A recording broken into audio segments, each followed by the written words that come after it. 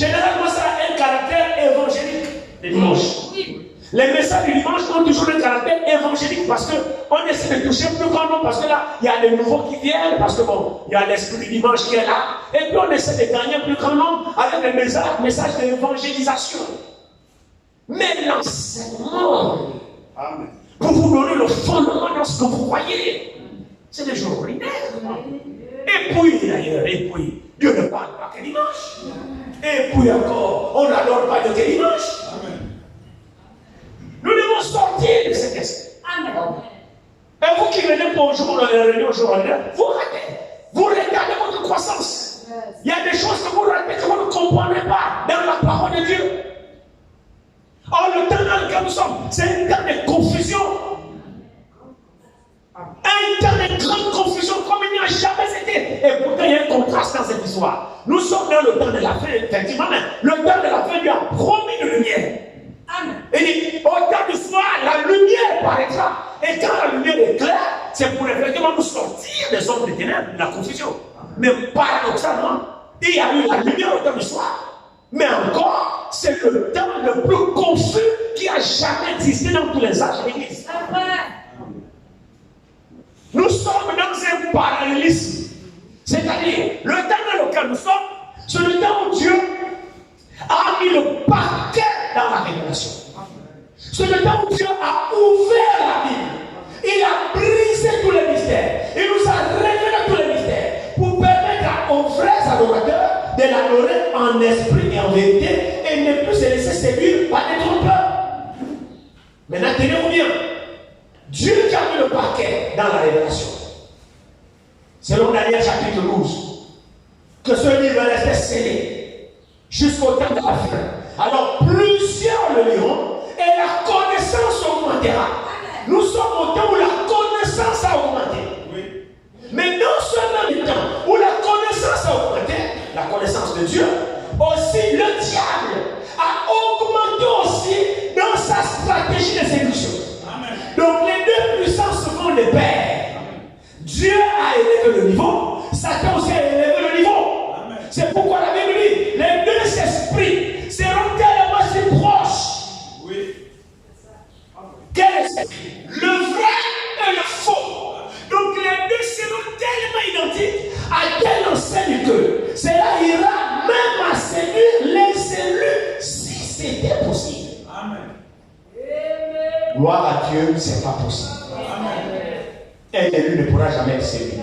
Mais pourquoi ne sera-t-il pas séduit? Mais c'est parce qu'il se laisse enseigner par le Saint-Esprit, par l'Esprit de Dieu. C'est donc il est écrit que celui qui a des oreilles écoute ce que l'Esprit dit à l'Église.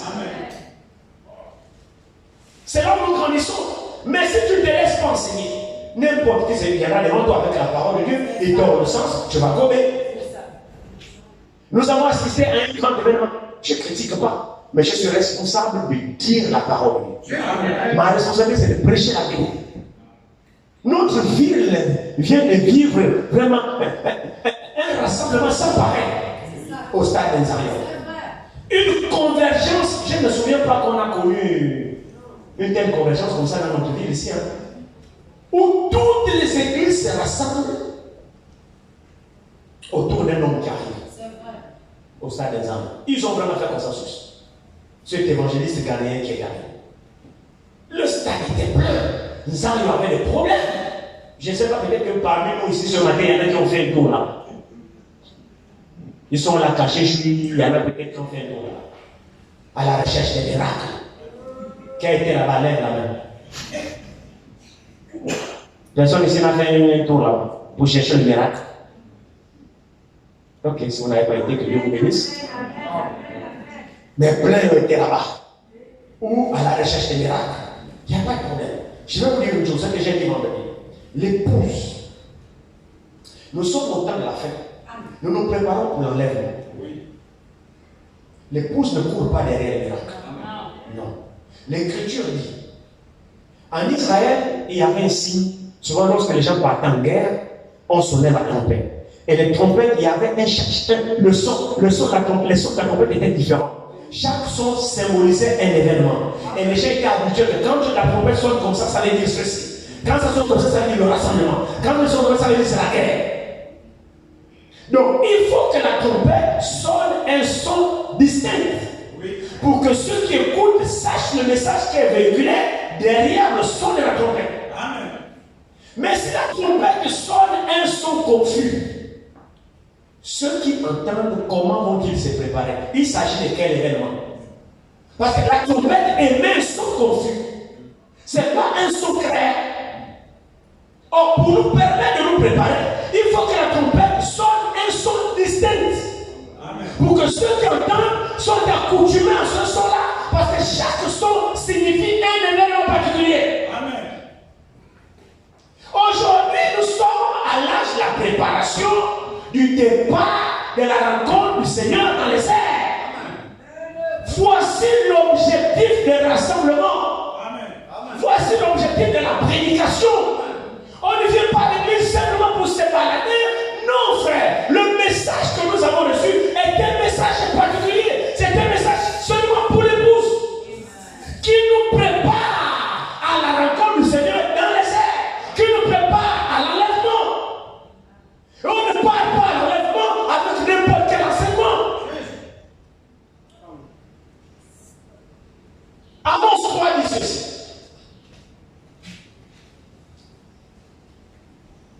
Amos nous dit ceci.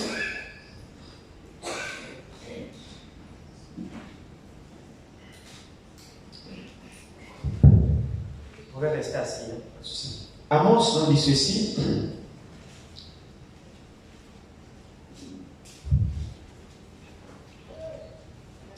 Amos chapitre 3.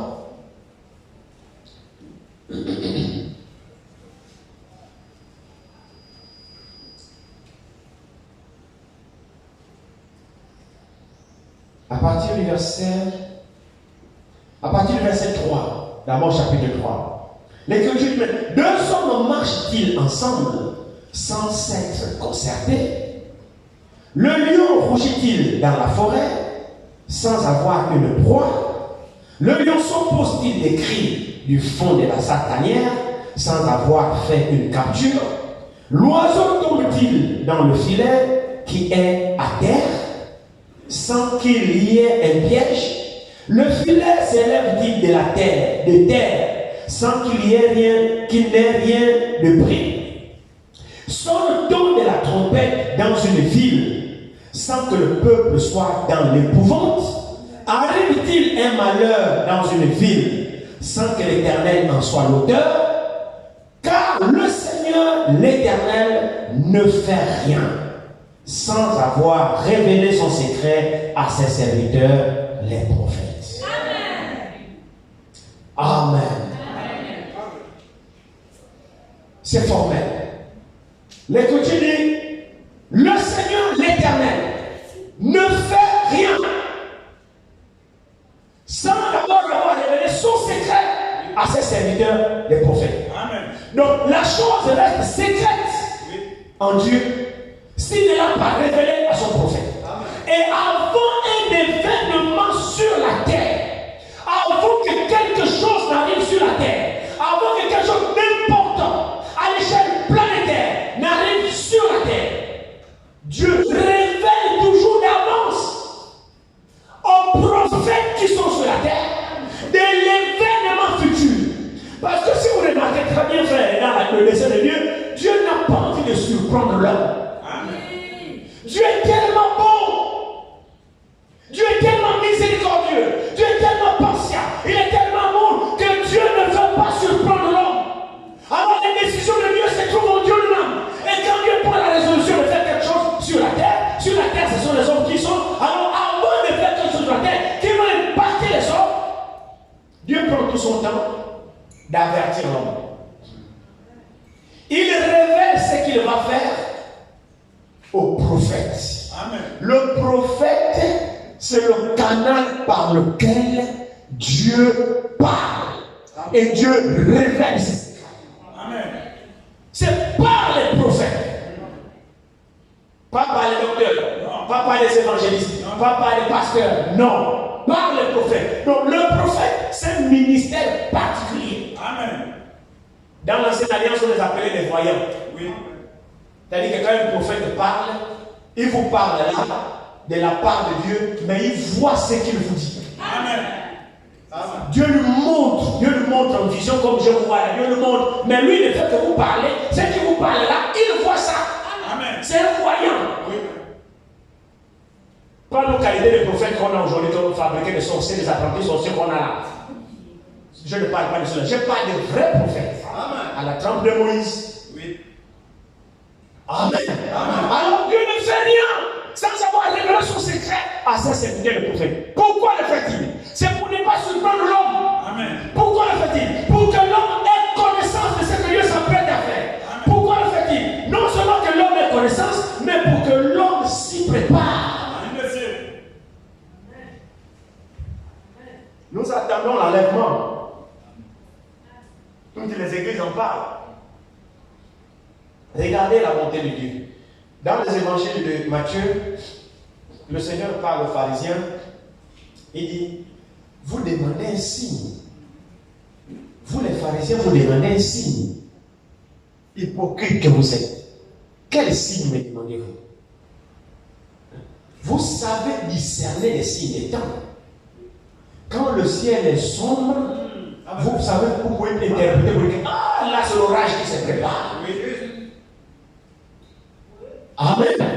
Donc l'homme sait discerner les signes du temps. Amen. Les signes de la nature. Mais l'orage qui envoie l'orage, ça vient de Dieu. Amen. Mais dans l'amour de Dieu, Dieu pouvait envoyer l'orage subitement. Regardez même comment la science, effectivement, est développée aujourd'hui avec le moyen de la météo. Ils disposent des appareils qui peuvent prédire du temps pendant des mois en avance. Amen. On peut vous annoncer que telle semaine, tel jour, avec pression même à telle heure, il y aura un cyclone qui va s'abattre. Et on vous donne même la trajectoire du cyclone. Amen. On évacue même les gens qui sont sur cette trajectoire-là. Oui. Pour vous dire non, sur la rive là, le côté d'Iyaï, il y aura un cyclone demain à 15 heures. Amen. Alléluia. Mais c'est quoi? C'est l'avertissement de Dieu. Amen. Parce que Dieu ne veut pas que l'homme subisse des dégâts. Donc Dieu avertit à l'homme pour permettre à l'homme maintenant de prendre des précautions. Si on te dit qu'il y a un cyclone et que tu ne déménages pas, si le cyclone te tue, tu ne t'apprendras qu'à toi-même parce que tu as été prévenu. Amen. Alors Jésus a dit aux pharisiens, vous savez discerner les signes des temps. Même la nature nous enseigne. L'homme peut voir au travers de la nature et lire le temps qu'il est. Amen. Il peut savoir qu'aujourd'hui il fait beau, demain il fait mauvais, ainsi de suite. L'homme peut lire les signes des temps. Amen. Mais le même Dieu qui a donné la capacité à l'homme de prévenir l'homme dans le domaine naturel, le même Dieu aussi doit prendre soin de l'homme pour le prévenir dans des événements spirituels. Amen. C'est ça. Dieu ne veut pas que l'homme soit surpris.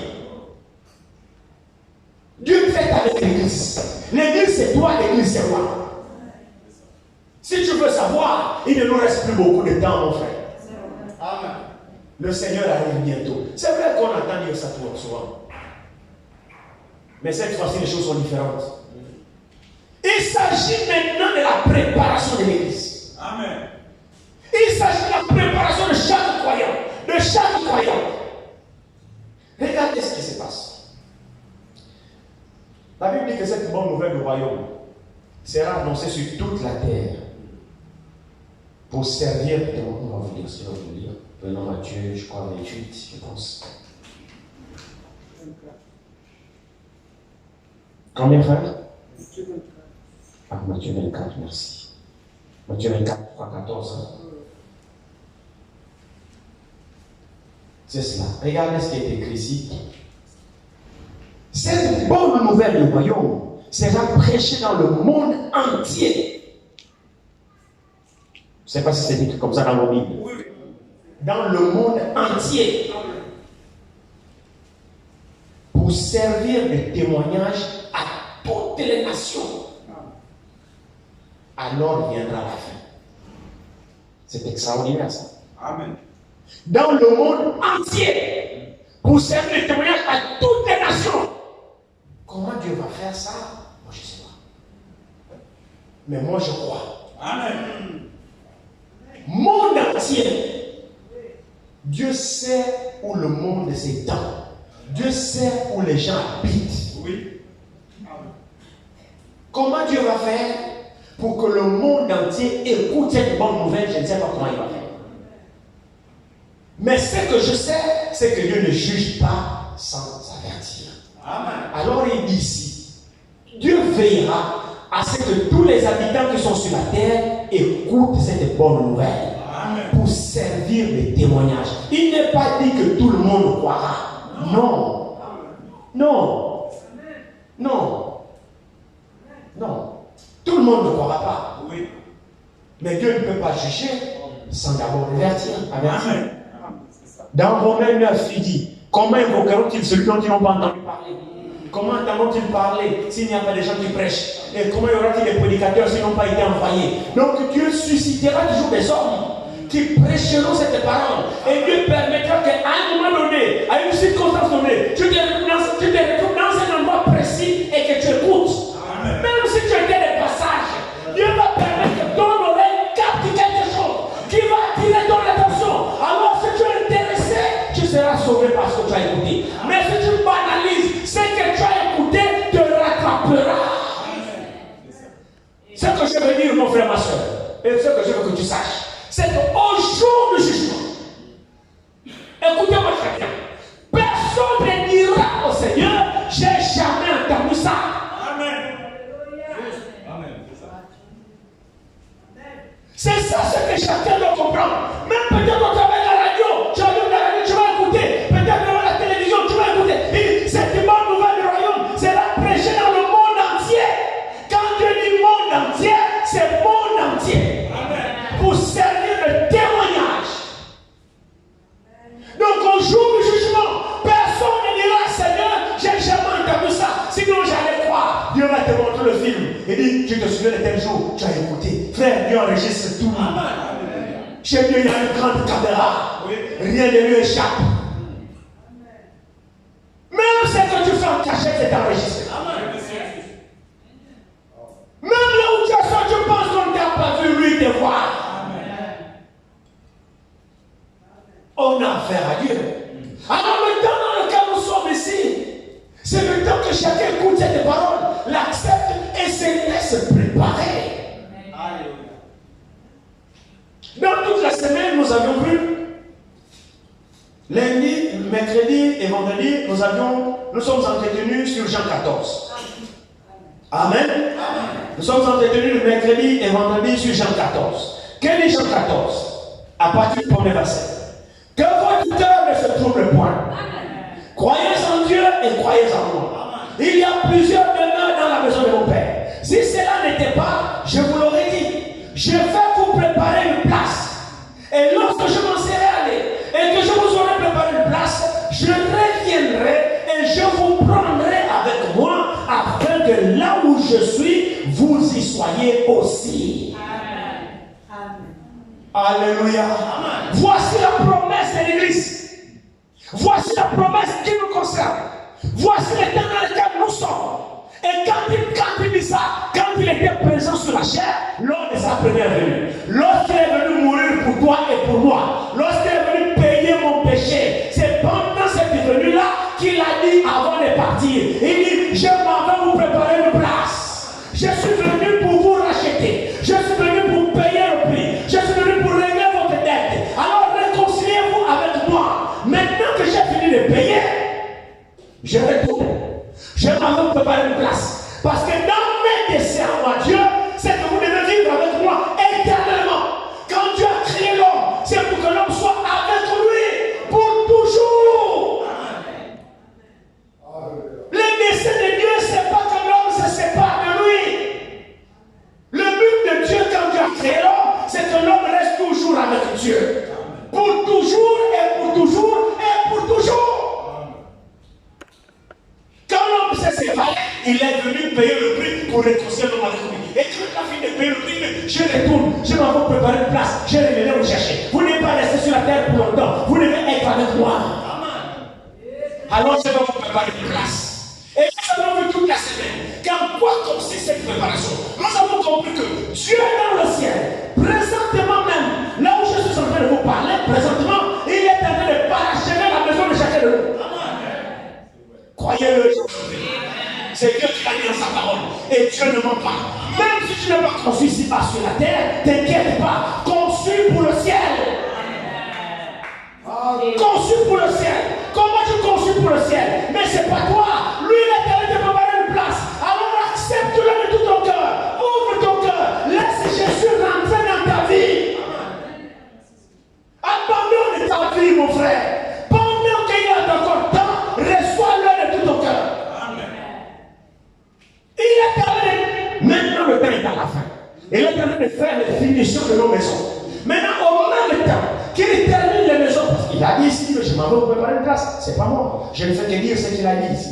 Et moi, je le crois. Il dit, reprenons cela. Il y a plusieurs demeures dans la maison de mon Père. Amen. Si cela n'était pas, je vous l'aurais dit. Je vais vous préparer une place. C'est merveilleux, non? Amen. C'est passé l'église avec moi. Amen. Je m'en vais vous préparer une place. Qui dit ça? Jésus. Préparer une place à qui? À toi. Donc ça veut dire que tu es important pour lui. Amen. On ne prépare pas la place à n'importe qui. On prépare la place à quelqu'un que l'on estime. À quelqu'un qui est important pour nous. C'est pour cette personne que l'on prépare une place.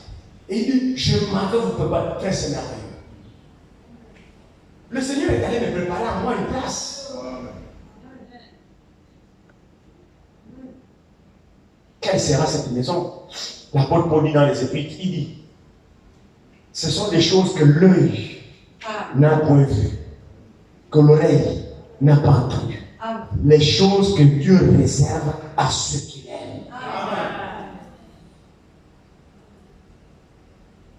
Personne ne peut vous donner, aucun architecte dans ce monde ne peut vous donner le plan de cette maison. Amen.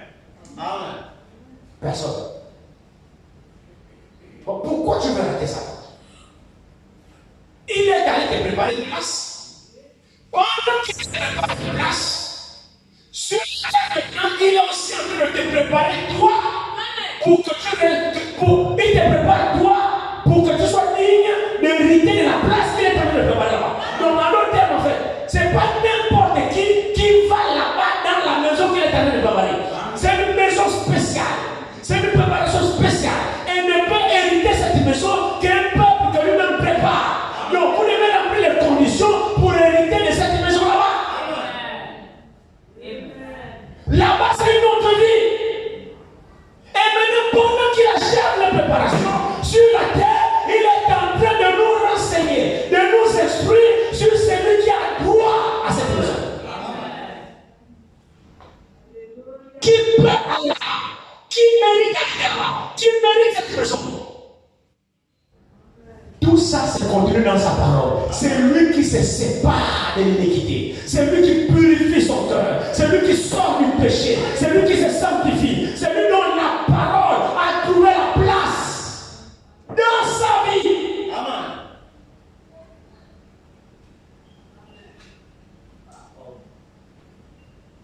Il s'agit d'une séparation totale. Amen. D'une consécration totale au Seigneur. Il s'agit d'une sanctification totale. Il s'agit d'un abandon total. Pas les à peu près que nous faisons. Bon, je ne sais pas si nous croyons en enlèvement. Amen. Est-ce que nous croyons en enlèvement? Amen. Qui est digne d'aller en enlèvement? C'est celui que le Seigneur aura préparé. Amen. Amen. C'est celui-là qui partira. C'est celui qui aura rempli les conditions exigées par le Seigneur. C'est celui-là qui partira. Amen. Sans ça, nous ne partirons pas. Prenons 1 Thessaloniciens chapitre 4, là où il est parlé d'enlèvement. 1 Thessaloniciens chapitre 4.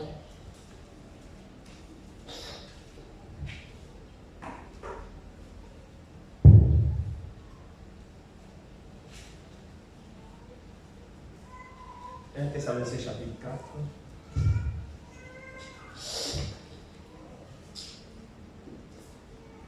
Commençons au verset 13. Nous ne voulons pas, frères, que vous soyez dans l'ignorance au sujet de ceux qui sont décédés, afin que vous ne vous affligez pas comme les autres qui n'ont point d'espérance. Car si nous croyons que Jésus est mort et qu'il est ressuscité, croyons aussi que Dieu ramènera par Jésus et avec lui ceux qui sont décédés. Amen. Voici en effet ce que nous vous déclarons d'après la parole du Seigneur. Nous les vivants, restez pour l'avènement du Seigneur. Amen. Amen. Alléluia. Amen. On va encore peut-être revenir là-dessus comme nous l'avons vu vendredi. Prêtez attention à ce que ce verset-là dit. Nous les vivants. Nous les vivants. Nous sommes vivants ce matin. Amen. Nous les vivants. Maintenant, écoutez très bien ce que la Bible dit ici. Nous les vivants, restez pour l'avènement du Seigneur.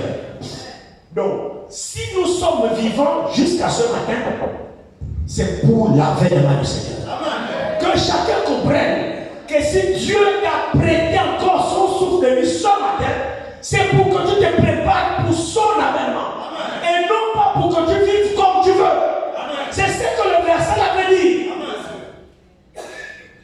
Nous les vivants. Donc si nous sommes restés vivants, c'est pour cet avènement-là. D'abord, qui nous garde vivants? C'est pas toi-même.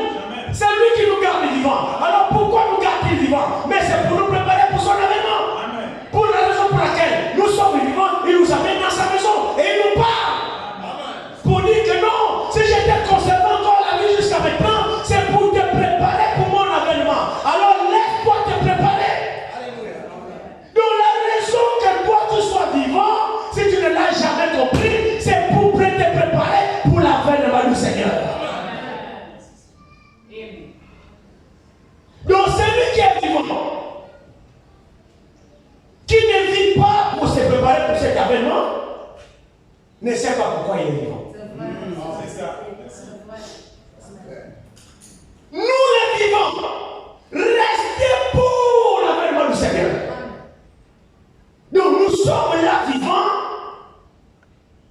mais même là encore c'est l'amour de Dieu. Mon frère, ma soeur, la mort ne change pas ton état. Amen. La mort ne change l'état de personne. Non. Le jugement nous rencontrera dans l'état dans lequel nous sommes morts. Amen. Donc si tu es vivant, crois. Amen. Pendant que tu es vivant, accepte. Pendant que tu es vivant, réponds-toi. Pendant que tu es vivant, sanctifie-toi. Pendant que tu es vivant, prépare-toi. Pendant que tu es vivant, sépare-toi du péché. Quand la mort va te trouver, ton compteur est bloqué là. Tu meurs, ton compteur est bloqué là. Au jour du jugement, le Seigneur ouvre ton compteur. Si la mort t'a trouvé croyant, tu vas au ciel. Laissez-moi vous lire quelque chose ici. Je crois, Ézéchiel 18, je pense. Laissez-moi vous lire quelque chose ici.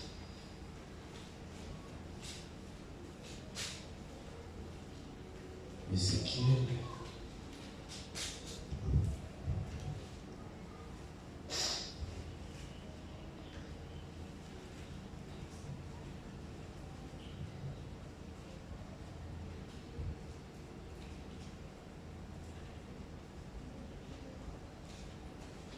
Ici,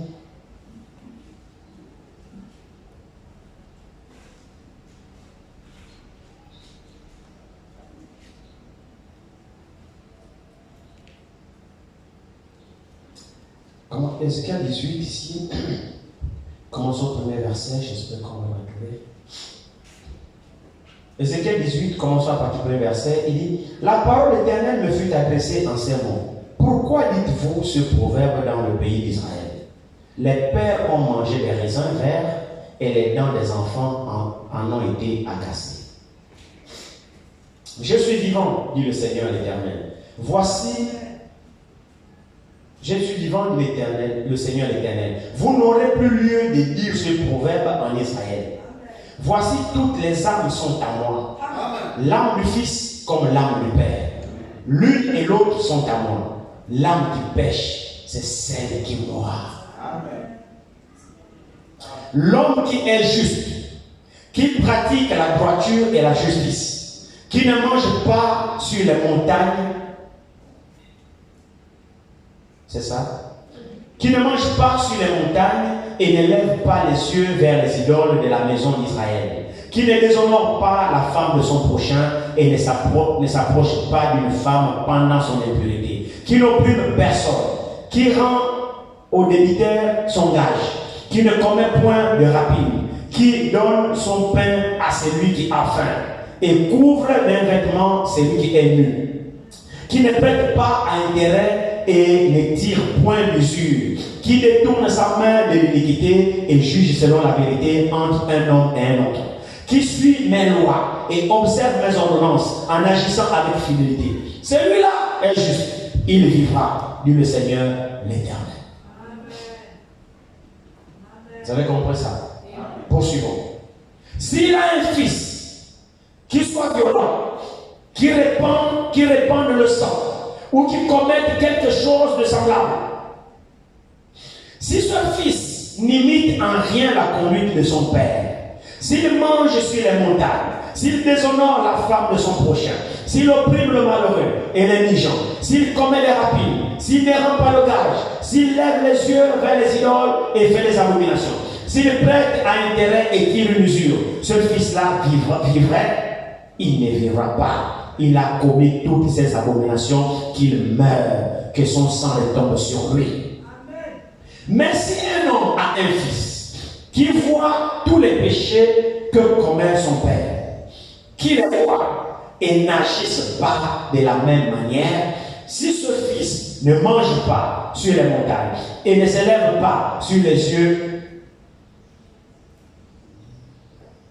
et ne lève pas les yeux vers les idoles et les maisons d'Israël, s'il ne déshonore pas la femme de son prochain, s'il n'opprime personne, s'il ne prend point de gage, s'il ne commet point de rapine, s'il donne son pain à celui qui a faim et couvre d'un vêtement celui qui est nu, s'il détourne sa main de l'iniquité, s'il n'exige ni intérêt ni usure, s'il observe mes ordonnances et suit mes lois, celui-là ne mourra pas pour l'iniquité de son père. Il vivra. C'est son père qui a été un oppresseur, qui a commis des rapines envers les autres, qui a fait au milieu de son peuple ce qui n'est pas bien. C'est lui qui mourra pour son iniquité. Vous dites, pourquoi le fils ne porte-t-il pas l'iniquité de son père? C'est que le fils a agi selon la droiture et la justice. Ce qu'il a observé et mis en pratique toutes mes lois, il vivra. L'âme qui pêche, c'est celle qui mourra. Le fils ne portera pas l'iniquité de son père, et le père ne portera pas l'iniquité de son fils. La justice du juste sera sur lui, et la méchanceté du méchant sera sur lui. Alléluia. Si le méchant revient, écoutez, si le méchant revient de tous les péchés qu'il a commis, s'il observe toutes mes lois et pratique la droiture et la justice, il vivra, il ne mourra pas. Amen. Là, il s'agit de méchant. Dieu dit, si le méchant revient, il abandonne la méchanceté, il se répand, il abandonne cette vie-là, il revient à Dieu. La Bible dit, il vivra, il ne mourra pas. Amen. Continuons. Il dit ici, on était où? Verset 21. Si le méchant revient de tous ses péchés qu'il a commis, s'il observe toutes mes lois et pratique la droiture et la justice, il vivra, il ne mourra pas. Toutes les transgressions qu'il a commises seront oubliées. Amen. Il vivra. Amen. Amen. Parce que Dieu pardonne. Hein? Il vivra à cause de la justice qu'il a pratiquée. Ce que je désire, est-ce que le méchant, est-ce que le méchant meurt? Est-ce que c'est le désir de Dieu que le méchant meurt? Non. Il dit ce que je désire. Ce que je désire, est-ce que le méchant meurt? Dit le Seigneur l'Éternel. N'est-ce pas qu'il change de conduite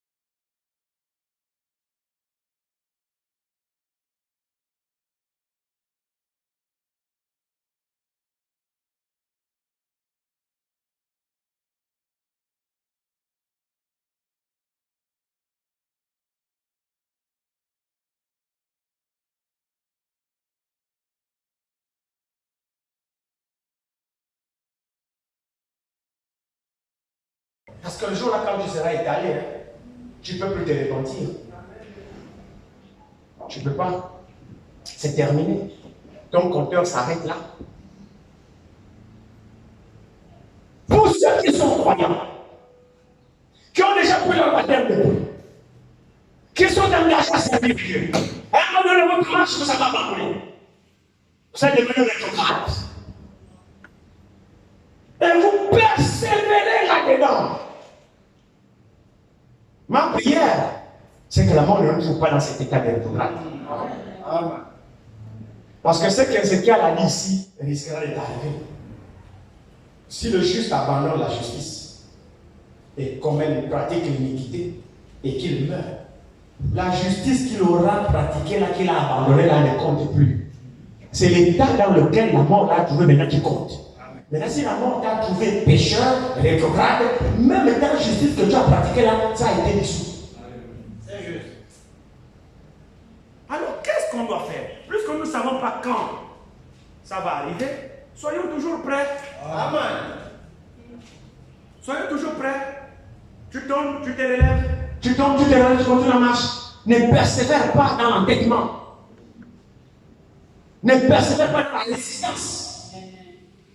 Le jour là, tu ne connais pas. Quand tu seras éternel, mon frère, ma soeur, on viendra seulement veiller. Chanter les cantiques toute la nuit, les bien-aimés vont commencer à chanter. Oh, c'est un bien-aimé qui est décédé. Et nous savons souvent par la foi, vous savez. Oh non, le bien-aimé nous a précédés. Souvent, c'est ce que nous disons, au veillée mortuaire. Oui.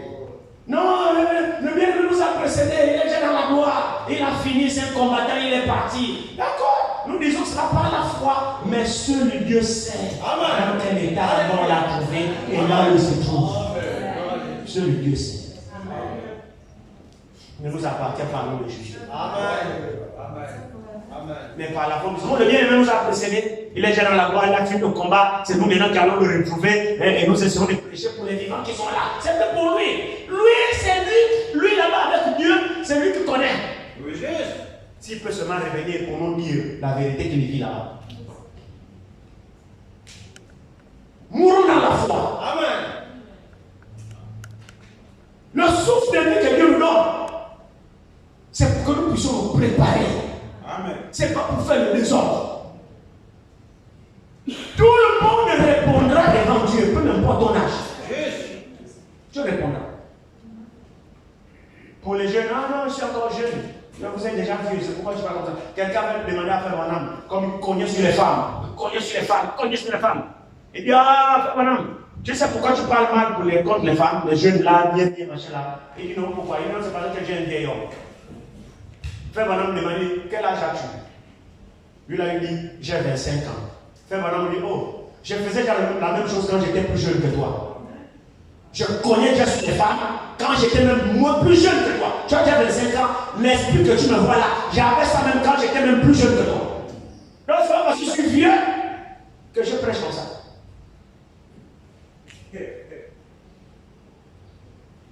Quand nous avons déjà écouté, nous sommes concernés. Amen. Tu peux partir où tu peux partir. Tu es concerné. Tu peux jouer le théâtre comme tu veux jouer. Tu es concerné. Ça fait la parole qu'on a dit te sauver. C'est finalement elle qui va te condamner. Alors faisons attention. Juste. Le temps n'est plus. Le Seigneur arrive bientôt. Et il a pris soin. Il a pris soin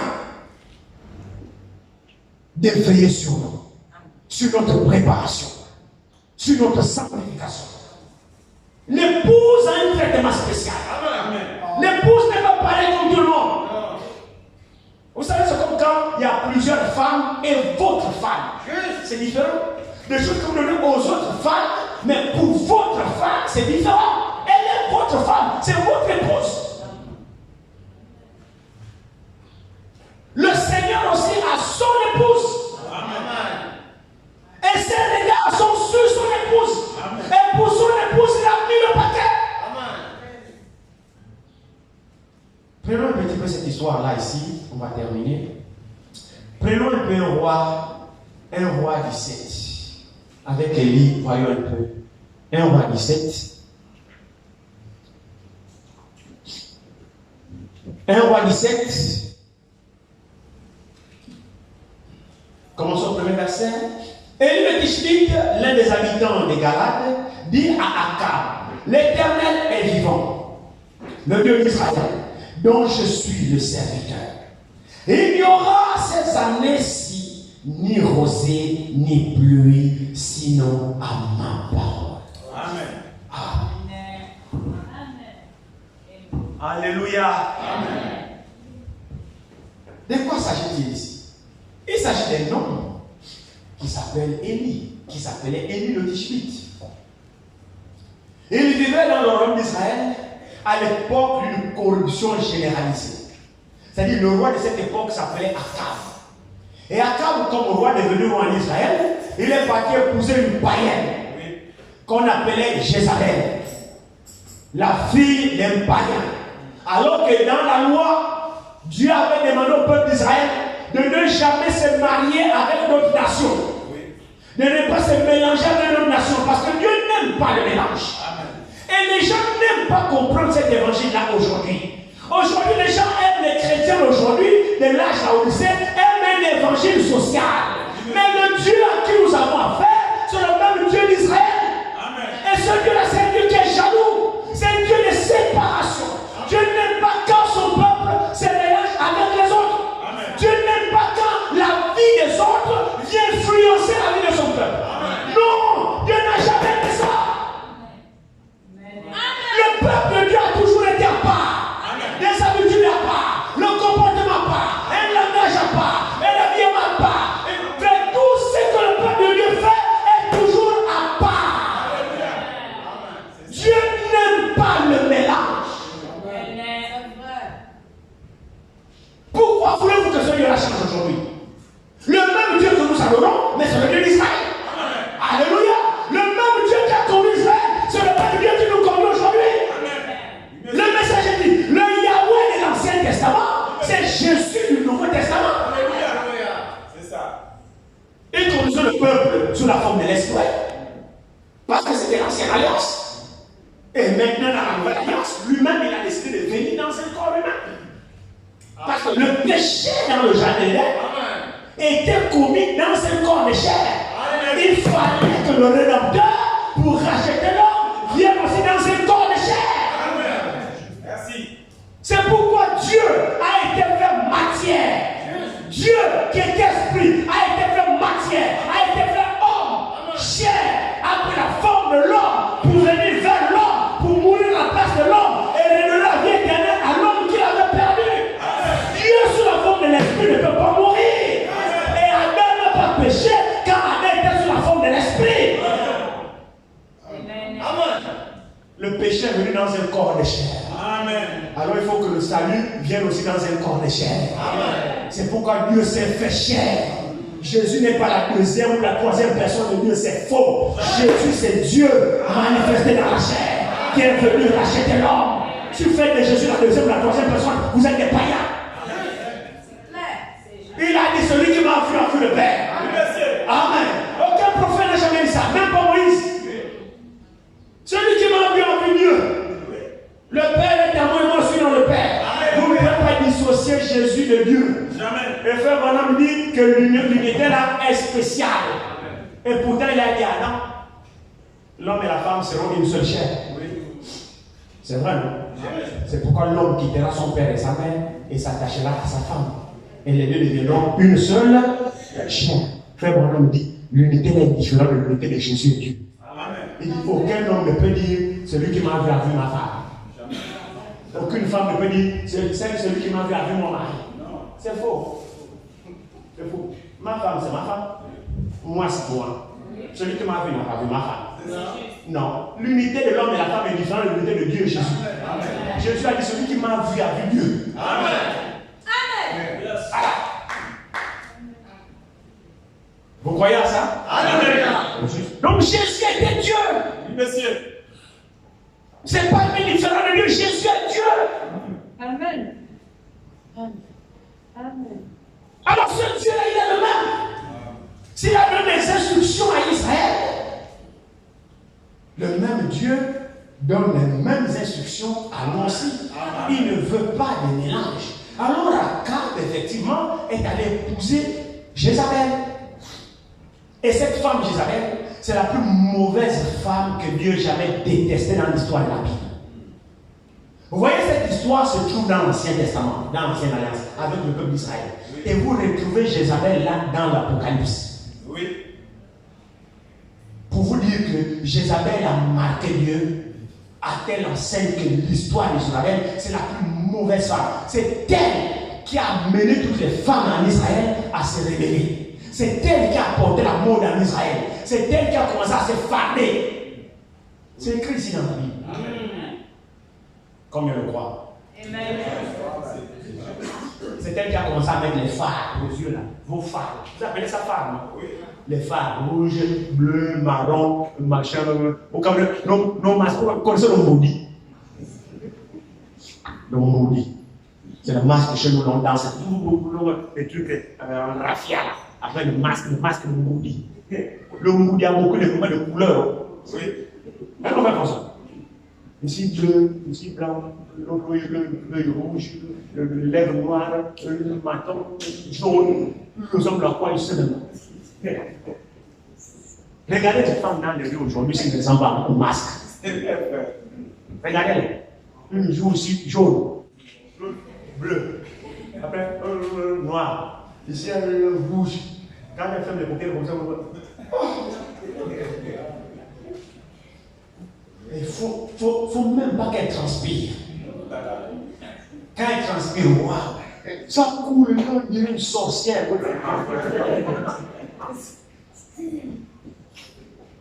C'est Jézabel qui a mené ça, le maquillage en Israël. Amen. C'est pourquoi Dieu l'a détesté. Et vous savez le sort que Dieu lui a réservé. Frère Branham dit que si Jézabel a été donnée en pâture aux chiens, quand elle est morte, Dieu a dit les chiens lécheront son corps et son sang. On ne va pas l'enterrer.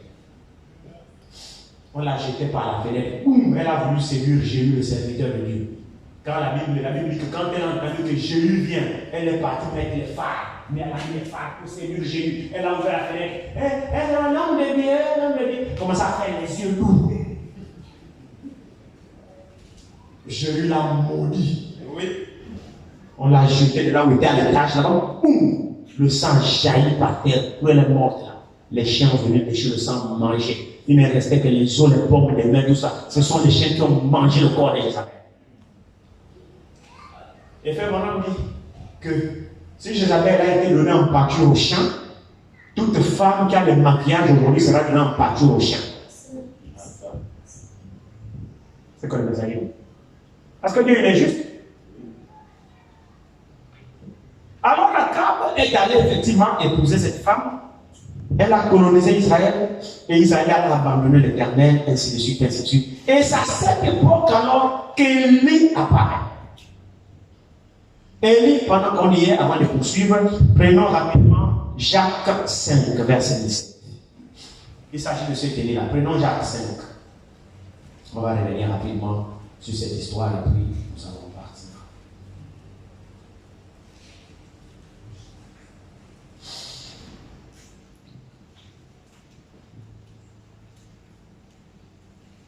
Jacques 5, écoutez ce qu'il dit ici. Jacques 5, verset 17.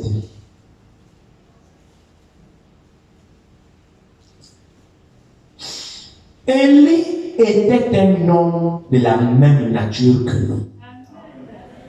Il pria avec instance pour qu'il ne pleuve point. Et il ne tomba point de pluie sur la terre pendant 3 ans et 6 mois. Verset 18. Puis il pria de nouveau, et le ciel donna de la pluie, et la terre produisit son fruit. Vous avez écouté ça? Retournons chez le même Élie en question. Voici l'histoire. Reprenons le verset 1. Élie le Tishbite, l'un des habitants de Galate, dit à Akab: l'Éternel est vivant, le Dieu d'Israël dont je suis le serviteur. Il n'y aura 16 années-ci, ni rosée, ni pluie, sinon à ma parole. Alors Élie a parlé à Israël.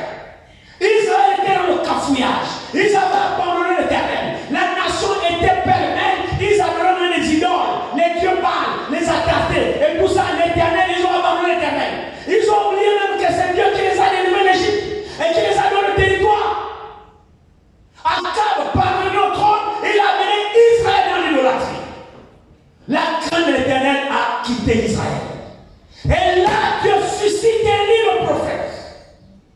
Alors quand Élie arrive en Israël, il voit ce tel chaos. Alors Élie court où c'est? Où est le mystère de l'Éternel? Mon frère, ma soeur, ce Dieu-là n'a pas changé. Amen.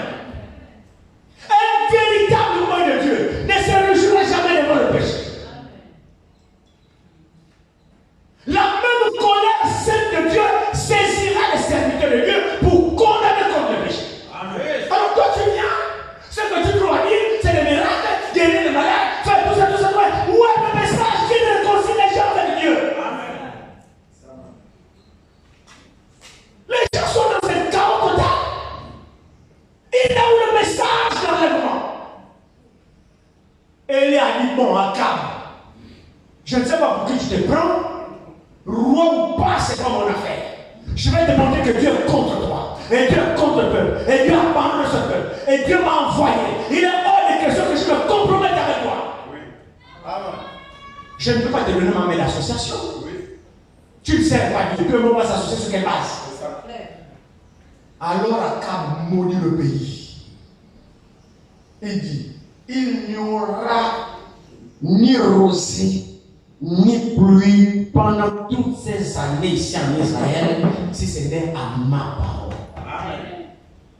Il dit, regardez, j'aime bien ça, j'aime bien ça. Élie le Tishbi, l'un des habitants de Galaad, dit à Akab, l'Éternel est vivant. Écoutez, le Dieu d'Israël, dont je suis le serviteur. Amen.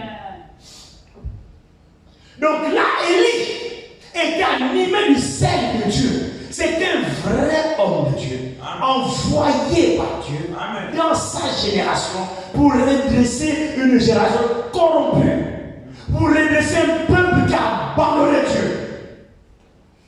Comment voulez-vous vous attendre aux bénédictions de Dieu alors que votre vie est contraire à la parole de Dieu? Comment un véritable serviteur de Dieu va prononcer la bénédiction sur vous alors que votre vie même, vous êtes en malédiction de Dieu?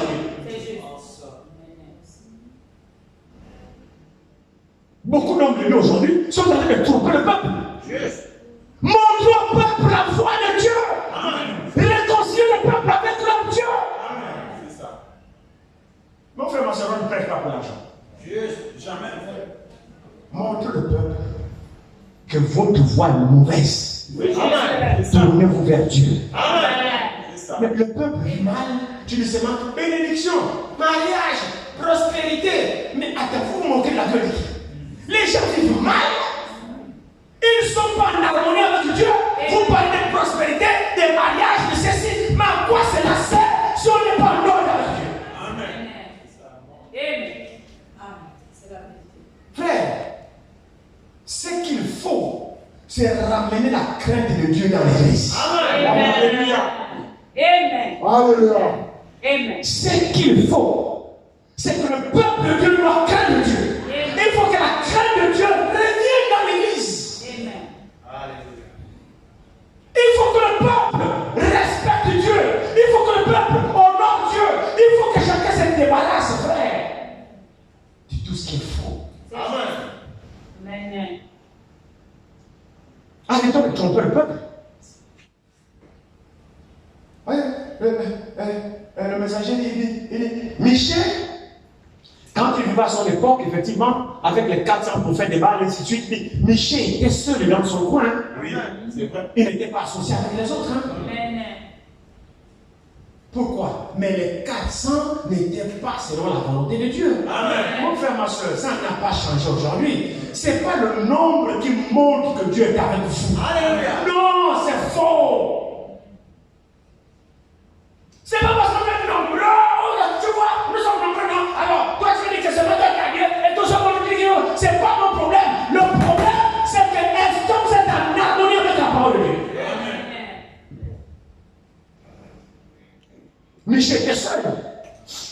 Mais il ne s'est pas laissé intimider. Non.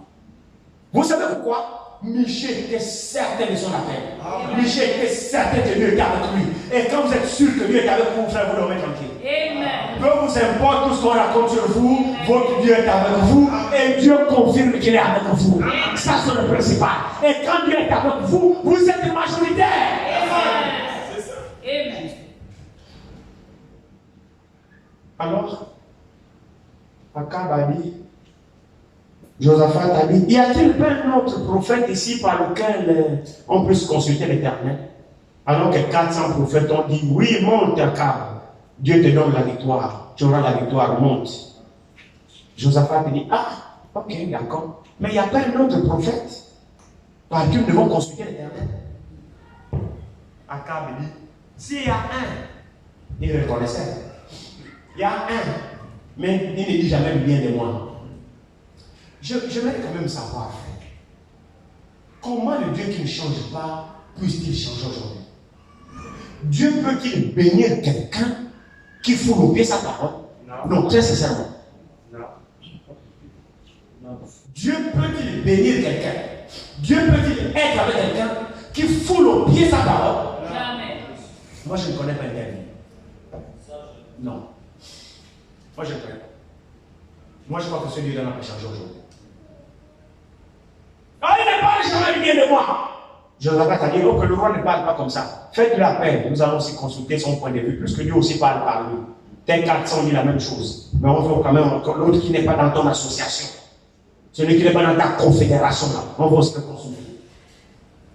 On est envoyé pour appeler Michel.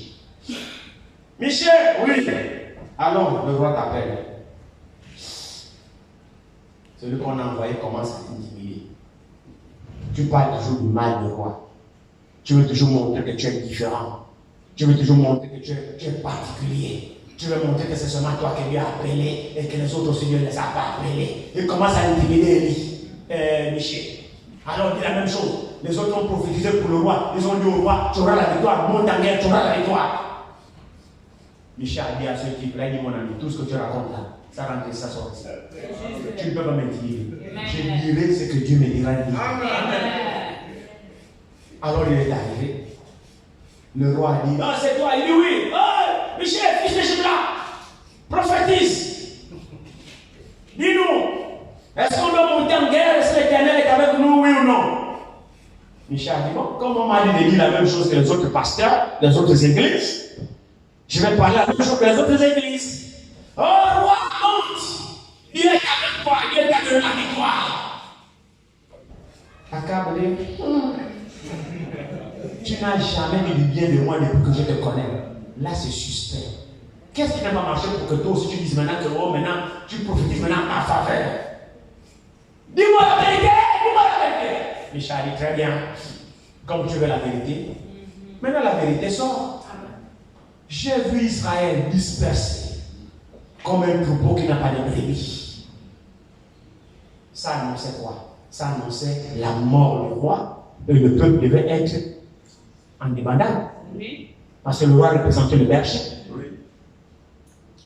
Donc quand il dit j'ai vu le troupeau dispersé comme un troupeau qui n'a pas de berger. Donc là il prophétisait la mort du roi en guerre. Et il a compris. Il dit à l'autre, tu as vu? Tu as vu? Quand je dis jamais tu viens de moi, tu as vu? Là il dit déjà que je vais mourir. Mais est-ce que Michel mentait? Non, Michel ne mentait pas. Mais il n'a pas cru. Il dit attrapez Michel, mettez-le en prison. Fermez son église. Il prête toujours contre les autorités. Fermez son église. Donnez-lui de l'eau, le pain sec avec de l'eau. Jusqu'à ce que je revienne la guerre. Je n'ai pas arrivé la guerre jusqu'à ce que je revienne. Nourrissez le pain sec avec de l'eau. Michel dit ok, si tu reviens vivant de la guerre, c'est que l'Éternel n'a pas parlé dans ma bouche. Pas. Mon ami, pas. Si tu reviens vivant, comme tu dis, c'est que Dieu n'a pas parlé dans ma bouche. Je suis menteur comme des autres prophètes. Il est parti en guerre. Frère, Dieu avec ses serviteurs. Amen. Vous savez cette histoire-là? La Bible dit Dieu honore ce que prédisent ses envoyés. Ils sont allés en guerre. Akab fait quoi? Akab avait peur de la prophétie. Akab savait que Michel était avec Dieu. Akab savait que Michel ne faisait pas de compromis. Amen. Michel est l'un des serviteurs de Dieu qui n'a pas besoin de son argent. Amen. Akab le savait. Alors qu'est-ce qu'il fait? Il dit à l'autre roi, ils étaient à 2 rois pour aller en guerre. Les rois ont toujours des couronnes, un habillement royal. Alors Akab dit à l'autre roi qui est venu l'aider, il a dit, toi reste avec tes habits royaux. Moi je vais me déguiser, je vais porter les habits militaires. Toi reste avec ta tenue de guerre, ta tenue royale. Pourquoi? Parce qu'il savait que les ennemis vont le reconnaître. Ah, voilà le roi Akab, on va le tuer. Alors, mais s'il est déguisé, il s'habille comme un soldat, on aura du mal à le retrouver et on va tuer Josaphat. Pitié de l'homme. Vous savez, quand nous avons nos petits calculs là, Dieu sait ce que tu penses. Amen. Mais c'est vrai. Ces calculs-là, c'était le plan d'Akab. Mais avant même qu'Akab n'ait la pensée de ça, Dieu savait que voici ce qu'Akab va faire. Amen. Dieu n'avait pas de problème avec Josaphat et l'autre roi. Dieu avait des problèmes avec Akab. Et Élie le Tishbite avait maudit Akab. Il n'a pas maudit Josaphat. Donc Dieu respecte sa parole. Ne me demandez pas comment Dieu fait pour l'accomplir, moi je ne sais pas. Mais ce que c'est que quand Dieu dit quelque chose, il veille là-dessus. Amen. Alors quand Akab s'est déguisé, il était confondu parmi son armée. Comment l'identifier pour qu'il meure? Plus que Michel a prophétisé que si tu reviens vivant, c'est que Dieu n'a pas parlé par ma bouche. Maintenant le monsieur malin qu'il est, il s'est déguisé, il s'est confondu avec le soldat, alors il est dans la troupe. On ne peut pas l'atteindre, monsieur Akab, malin. Mais il oublie que Dieu est plus sage que lui. Vous savez ce qui est écrit? Alors Akab, dans la confusion des militaires, quand ils sont allés sur le champ de mission en guerre, on a vu le char avec le roi. Alors l'ennemi a dit, oh, voyez le roi, saisissez-le. L'armée est venue vers Josaphat. Quand ils sont arrivés, ils ont accepté Josaphat. Josaphat a crié, oh, c'est non, c'est bon. Il a crié. Après, Dieu a mis dans le cœur de soldat pour identifier, non, ce n'est pas lui, laissez-le. C'est pas Akab. Donc Josaphat a eu la vie sauve, on ne l'a pas tué. Et pourtant il était habillé en habit royal. Où on va trouver M. Akab disparu dans la circulation? Il est un mouvement pour lequel on a dit que j'ai vu Israël dispersé. Comme le troupeau qui n'a pas de cachet. Il faut que cette parole s'accomplisse. Mais Akab s'est fondu dans la foule. Où allez-vous le trouver? C'est un petit problème. Tu vas te cacher au devant de lui. Vous savez ce qui est rapporté de l'histoire? La Bible dit un soldat a pris son arc. Il a pris son arc au hasard. Il a pris la flèche. Il a tiré au hasard. Comme ça, Amen. c'est fou, hein? Alléluia. C'est fou, hein? Il a pris son arc. Il a pris la flèche. Il a tiré au hasard comme ça. Au hasard, il a visé personne. Dieu dit très bien. Il a pris la flèche là. Cherchez Akab. La flèche circulait parmi la foule. Akab est où? Akab est où? Akab est bien dans la cuirasse, tenue militaire protégée. La flèche connaît Akab. Dieu sait où vous vous cachez. La flèche a choqué Akab à l'endroit vulnérable. La flèche a même les yeux. Akab sur son chat. Oh, je suis atteint. Je suis atteint. Hein? Il pensait se dissimuler. Dieu fait. Craignons-le. Dieu a fait en sorte que la prophétie de son serviteur s'accomplisse. Akab est mort sur le champ. La guerre est finie. Israël est rentré chez eux comme des brebis qui n'ont pas de berger. Dieu avait déjà annoncé. Tu es qui pour faire en sorte que ce que Dieu a prononcé ne s'accomplisse pas? Tu es qui? Tu vas passer par quel moyen pour faire en sorte que la prophétie ne s'accomplisse pas? Ils vont qu'est-ce que tu vas faire? Même les plans que tu fais là, Dieu savait que tu auras des plans. Frère, ne peut pas faire mieux. Ce qui est écrit ici s'accomplira. Que tu crois, que tu ne crois pas, tu n'auras que tes yeux pour le constater. Alors, conseil d'amis, crois.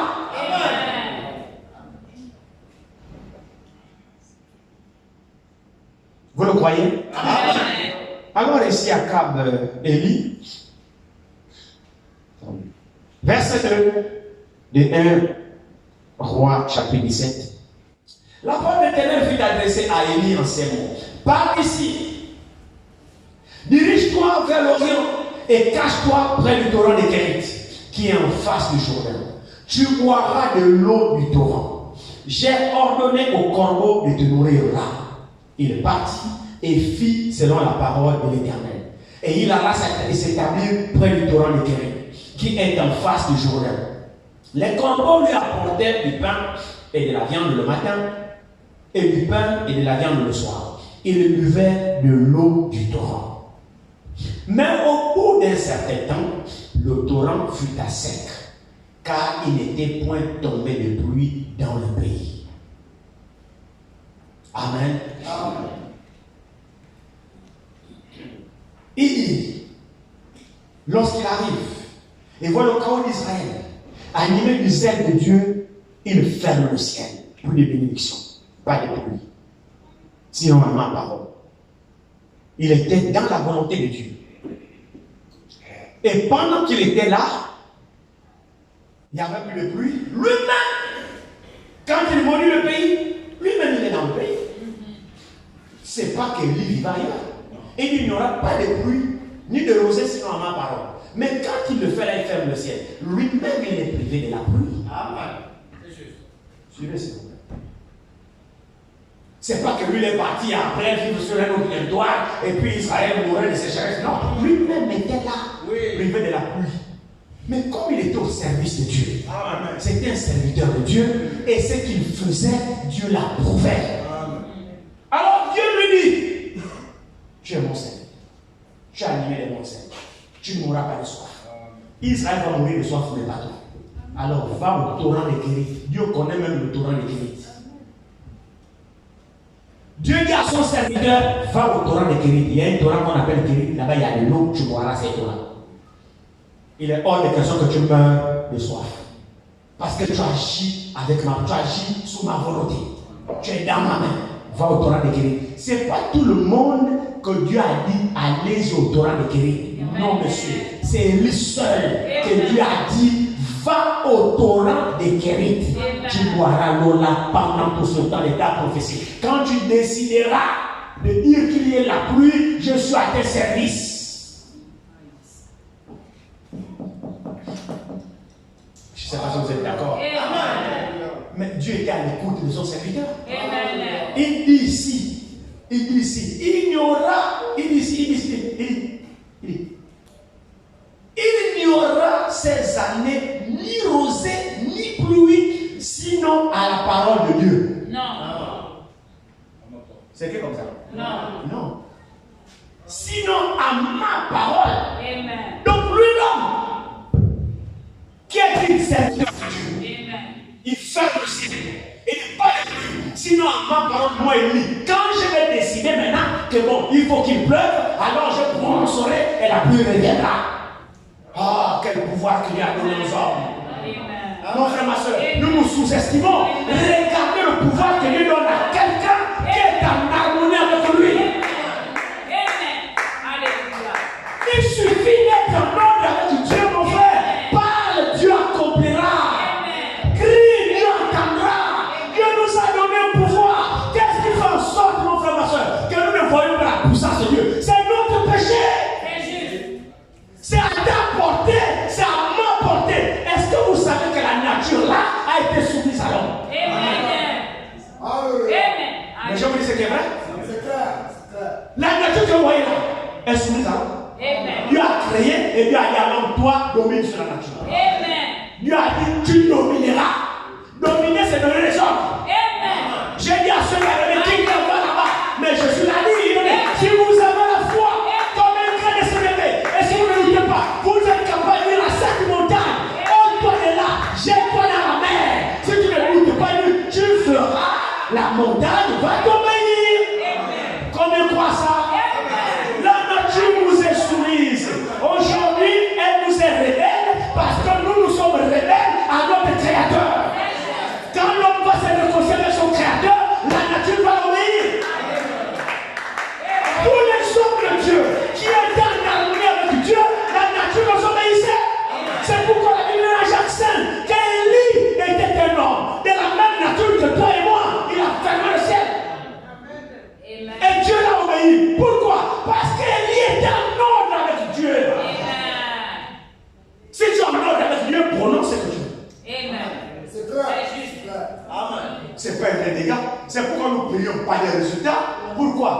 prions qui? Dieu.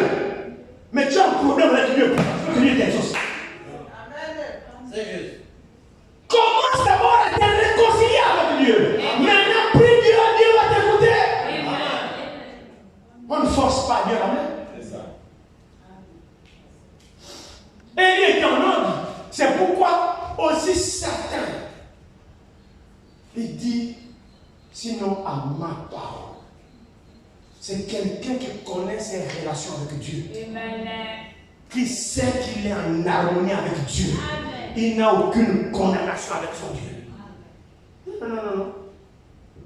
Dieu, j'ai rempli les exigences. Mon cœur ne me condamne pas. Alors prie, sois sûr que Dieu va t'écouter. Mais si ton cœur te condamne, ne prie pas. Combien parmi nous la condamnation est près dans le cœur? Maman, Seigneur Jésus, mais tu perds ton temps. Commence d'abord à arranger la culpabilité qui est dans ton cœur. Répare d'abord la condamnation, ne force pas les choses. Dieu n'est pas compliqué. L'homme est même plus compliqué que Dieu. C'est vrai. Quand Élie a su qui il était, alors il pouvait fermer le ciel tranquillement. Et il savait que Dieu va l'obéir. Pourquoi? Il est au service de Dieu. Josué aussi pareil. Il est au service de Dieu. Quand il combattait. Quand le soir tombait, la nuit tombait, alors il ne voyait plus bien son adversaire. Alors Israël avait la défaite parce que dans le noir, il ne voyait pas très bien. Josué a dit non. Moi j'ai besoin du soleil, j'ai besoin du jour pour mener la guerre en mission. Mais le soleil va jamais se coucher. Josué dit non, ça ne va pas comme ça. Dieu va dire, hé, soleil, arrête-toi. Toi aussi, lune, arrête-toi. Josué a donné un commandement. Il n'a même pas prié. Il dit, soleil, arrête-toi. La Bible dit, le soleil s'est arrêté. Ah, frère. Mais ici, nous parlons de quoi là? Nous parlons en fait de quoi? Nous parlons des hommes qui étaient sous l'ancienne alliance, qui étaient sous le sacrifice, sous le sang des taureaux et des boucs. Donc ce n'était même pas une alliance parfaite. Amen.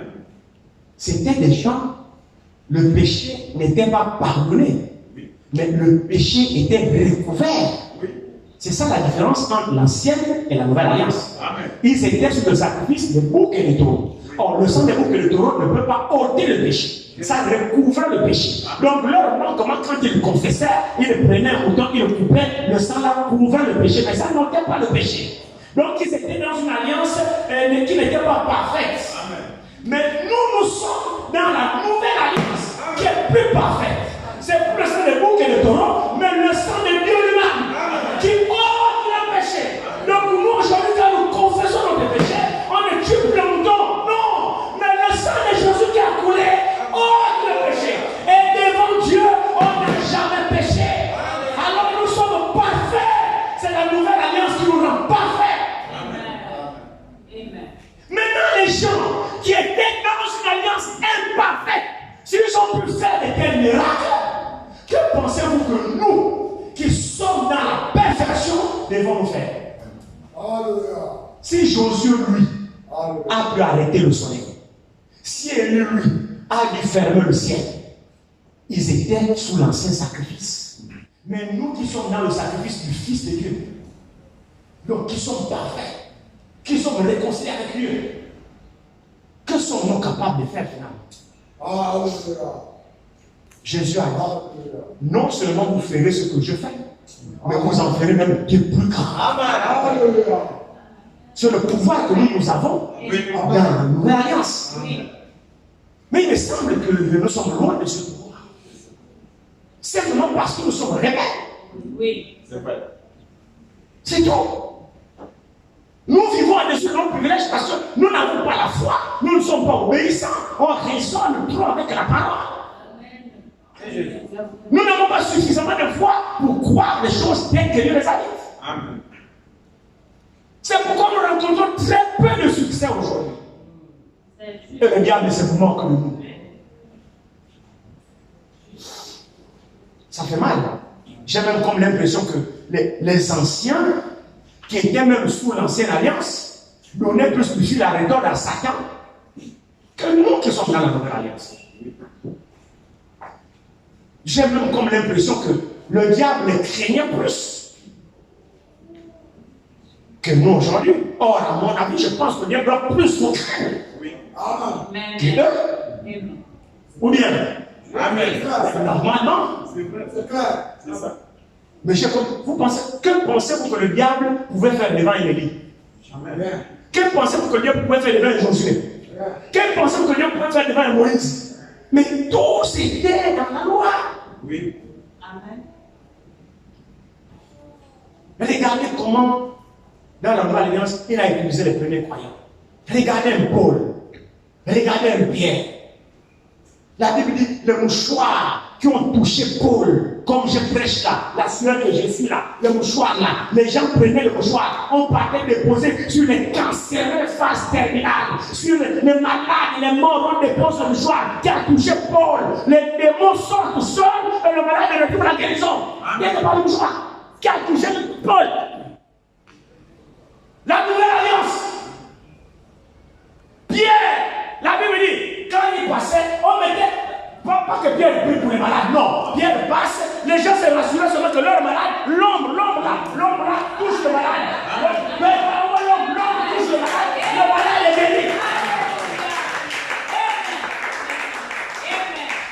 Qu'est-ce que c'est? La nouvelle alliance. Donc les premiers qui ont expérimenté la chose, nous voyons les fruits. C'est juste. Nous ne sommes pas aujourd'hui. Le problème, c'est nous. Amen. C'est nous le problème, frère.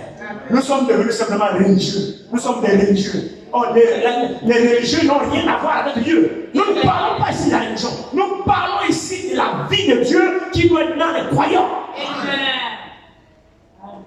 Paul a dit, ce n'est plus moi qui vis, mais c'est Christ qui vit en moi. C'est ça qu'on a besoin aujourd'hui. Et c'est ceux-là qui partent dans l'enlèvement, mon frère. Amen. L'enlèvement, ce n'est pas la peu près que nous faisons. Non. L'enlèvement, c'est les cœurs transformés. Amen. Des vies transformées. Amen. Des vies changées. Converties. Je dis bien converties. C'est à ceux-là que l'enlèvement concerne. C'est pour ceux-là l'enlèvement. Nous avons le travail. Amen. On va terminer. Il dit ici, regardez très bien ici. Alors il dit, pendant qu'il était là, Dieu va lui dire, va au torrent des Kérites. Tu vas boire de l'eau du torrent. Tu ne mourras pas avec la soif. Il est allé au torrent des Kérites. Là-bas, c'est mieux de part. Le torrent des Kérites, ce n'est pas elle qui a choisi d'y aller. C'est Dieu qui a le torrent des Kérites. Que cet endroit-là, il y a l'eau. Tu vas boire cette eau. Qu'est-ce qu'il va manger là-bas? Dieu dit, ne t'inquiète pas de manger et de boire. Tu as pris position pour ma parole. Moi aussi, je vais prendre position pour toi. Ne t'inquiète pas de ce que tu vas manger et de ce que tu vas boire.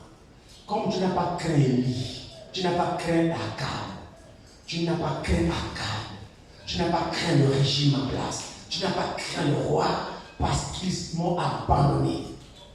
Et toi, tu ne t'es pas laissé influencer par ce peuple-là. Tu as gardé position pour moi, malgré que tu sois seul. Moi aussi, je vais prendre position pour toi. Amen. Ne te soucie pas de ce que tu vas manger, de ce que tu vas boire. Va au torrent des Kérites. J'ai ordonné au corbeau de te nourrir.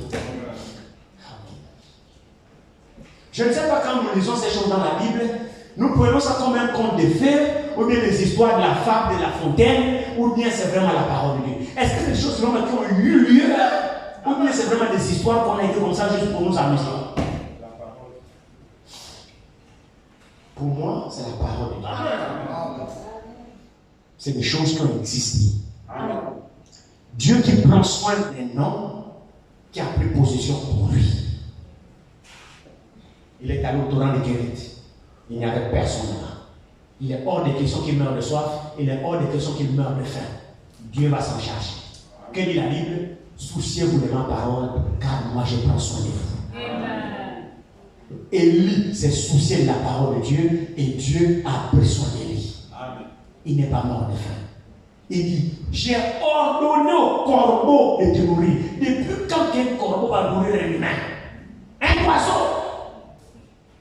Dieu a donné l'ordre au corbeau. Et il va te donner quelque chose de l'eau. Et j'ai donné l'ordre au corbeau d'apporter à manger. Où est-ce que le corbeau trouve la nourriture? J'enseigne rien. Mais le corbeau, c'est Dieu qui les a créés.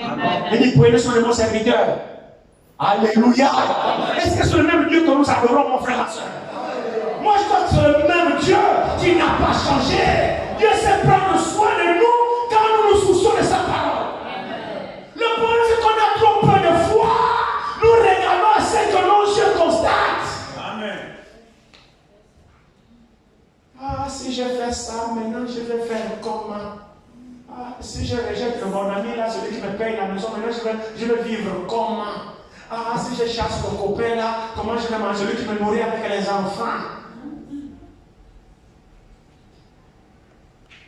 Nous considérons ce que nos yeux regardent.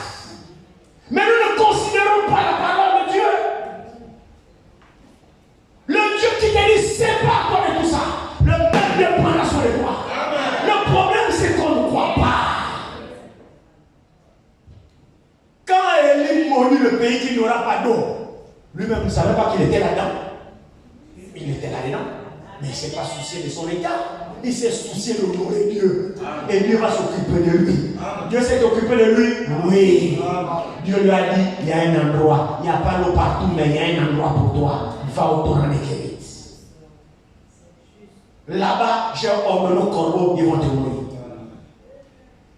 Et il est parti, peinard, au torrent des Kérites. Pendant qu'Israël mourait de soif, lui buvait son eau au torrent des Kérites, tranquille. Maintenant, il va arriver un temps que le torrent s'est pas séché plus qu'il ne pleuvait plus. Le torrent est dit, maintenant, pour l'eau du torrent diminue. C'est quand même 3 ans et 6 mois de sécheresse. C'était 3 ans et 6 mois. Le temps prophétique de la tribulation. Vous suivez ça? Amen. Il buvait l'eau diminuer jusqu'à ce qu'il n'y a plus rien. Au moment où il le fait, et il ne se soucie de rien. Et il dit, oh Seigneur, je m'en dis à l'eau du torrent de Kérit, mais non, le torrent a séché, mais là je vais boire quoi? Oh, Seigneur, non. Un enfant de Dieu ne se plaint pas, ne se lamente pas. Tout ce qui t'arrive, Dieu est au contrôle. Le Dieu qui lui a dit au torrent de Kérit, ce même Dieu savait que le torrent de Kérit à un moment donné va sécher. Le Dieu qui lui a dit trouvera encore une autre solution pour lui. Amen. Le souci de ça, ce n'est pas le problème d'Élie. Le problème d'Élie, c'est de savoir est-ce qu'il prend position pour la parole de Dieu. Je ne sais pas si l'église comprend. Amen. Mon frère, ma soeur, la situation dans laquelle tu traverses, Dieu connaît. Amen. Tout ce que tu vis, Dieu connaît. Tes maladies, tes difficultés, il n'y a rien que Dieu ne sache pas. Il n'y a rien. Tu as prié, Dieu ne te répond pas. Ça ne veut pas dire que Dieu ignore ça. Regarde-toi d'abord. Est-ce que réellement ta foi est bonne devant Dieu? Est-ce que ta vie s'aligne avec la parole? Est-ce que tu satisfais aux exigences de Dieu? Beaucoup parmi nous voulons que Dieu puisse satisfaire à nos exigences, mais nous ne voulons pas satisfaire aux exigences de Dieu. Dieu aussi a des exigences. Comme nous voulons que Dieu nous exauce, Dieu aussi veut que tu t'occupes de sa parole. C'est donnant. Nous voulons se battre. Seigneur, donne-moi. Seigneur, donne-moi. Seigneur, donne-moi. Toi, tu lui donnes quoi? Tu es malade. Seigneur, guéris-moi. Tu veux le travail, Seigneur, donne-moi le travail. Tu veux te marier, Seigneur, donne-moi le mari. Tu veux te marier, Seigneur, donne-moi la femme. Toi, tu ne donnes pas. Toujours donne. Toi, tu donnes quoi? Mais il ne veut rien de toi. Ce qu'il veut de toi, c'est son cœur, ton cœur. Amen. Ma fille, donne-moi ton cœur. Mon fils, donne-moi ton cœur. C'est tout ce que je demande. Où est l'écriture mia? Garde ton cœur plus que toute autre chose. Après, il dit, fais de l'Éternel tes délices. Et après, terminez le verset. Il te donnera ce que? Très bien. Souvent nous comprenons ça mal.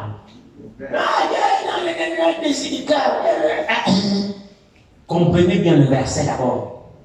Faites de l'Éternel tes délices. Et il te donnera ce que ton cœur désire.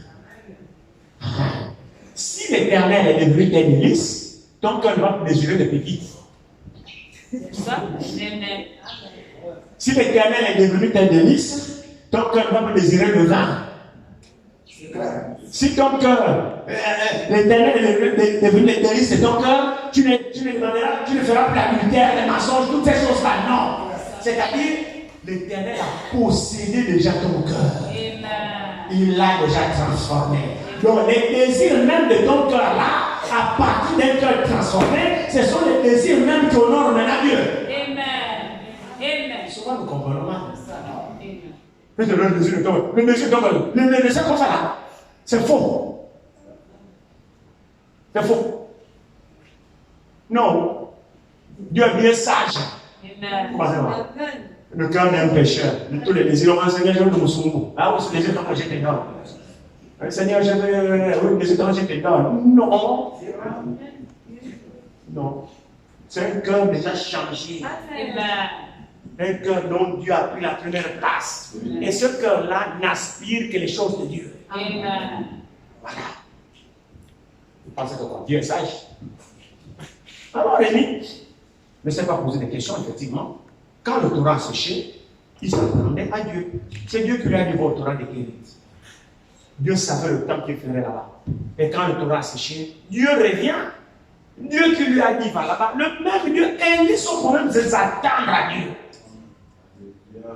Je veux ici nous montrer la dépendance que nous devons avoir vis-à-vis de ce Dieu-là quand ce Dieu-là nous conduit. Comment nous devons dépendre de lui en toutes choses, dans toutes circonstances. Amen. Voilà ce que nous devons retenir dans cette leçon. C'est Dieu qui dit à Élie, va au torrent de Kérit. Élie obéit, il boit de cette eau. Les corbeaux le nourrissent. Le torrent sèche. Élie ne paniquait pas. Le Dieu qui lui a dit, va là-bas, le Dieu là trouvera une autre solution pour Élie. Quand le torrent a séché, et frère, Élie est au service de Dieu. Oui. Et Dieu se charge de son bien-être. Amen. C'est pas si nous comprenons quelque chose. Amen. Quand le torrent a séché, Élie n'a pas paniqué. Le même Dieu qui lui a dit au torrent de Kérit, le même Dieu savait que le torrent est déjà sec. Et Dieu savait que son serviteur est là-bas. Dieu vient. Élie, oui, lève-toi. Le torrent a déjà séché, lève-toi. Oui, maintenant tu m'envoies où? Il dit, va chez une veuve à Sarepta. Amen. Va chez une veuve à Sarepta, je l'ai ordonné de te nourrir. Les corbeaux ont fini de te nourrir. Ton séjour ici est fini. Maintenant, va chez la veuve à Sarepta. Là-bas, tu trouveras une veuve là-bas. Je lui donne déjà des instructions, t'inquiète pas.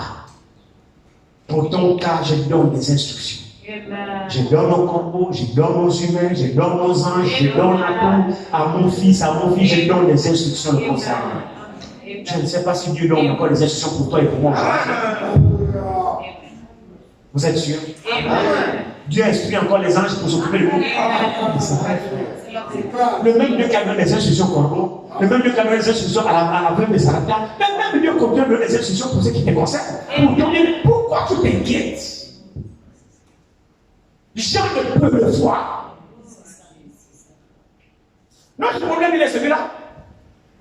Oh, demain, je vais manger quoi? Et demain, pensez-vous qu'Élie, quand il voyait le torrent diminuer, il pensait, je vais boire quoi demain? Non!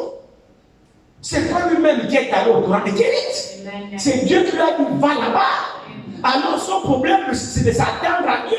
Dieu qui lui a dit, va au torrent de Kérit. Le même Dieu a renseigné que le torrent est en train de sécher.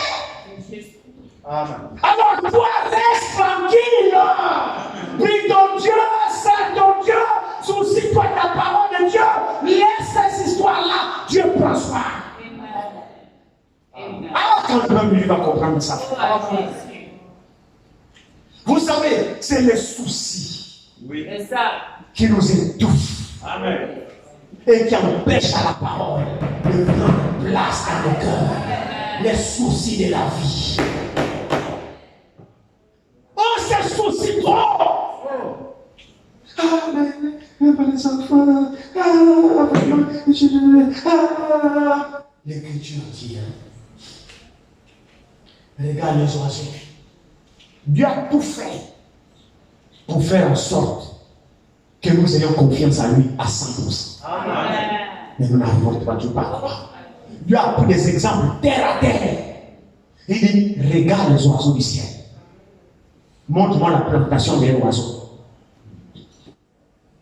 Ah, bientôt, il faut que je plante, pardon, la fin, je vais planter à battre, je vais s'aimer. Après, vient la récolte, l'oiseau mange. C'est où? Jésus dit, toi là, qui te soucie là, du lendemain, il dit, toi là, regarde les oiseaux du ciel. Ils ne sèment, ni ne moissonnent. Mais votre Père les nourrit. Montrez-moi un oiseau qui est mort de faim. Montrez-moi la plantation de l'oiseau. Mais c'est sous nos yeux. Dieu nous prend des exemples qu'on peut vérifier. Oui. Évidemment, un oiseau se lève, il est malade partout, il compte il trouve sa journée. Il sait où. Mais c'est Dieu qui lui dit, vole, va à tel endroit. Oui. Même tous les oiseaux du ciel, Dieu connaît leur nombre. Oui. Amen. Toutes les fourmis que vous voyez là, Dieu est grand.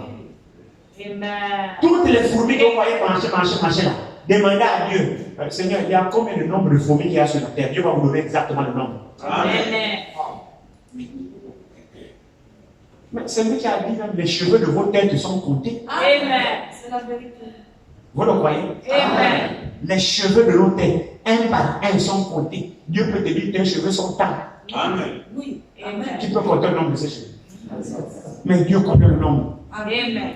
Comment ne pas craindre tes nombre? Il y a quoi qui ne puisse pas souvenir à notre besoin? Il y a quoi? Il y a quoi? Pourquoi nous ne lui faisons pas confiance? Pourquoi on ne s'en va même pas de Seigneur?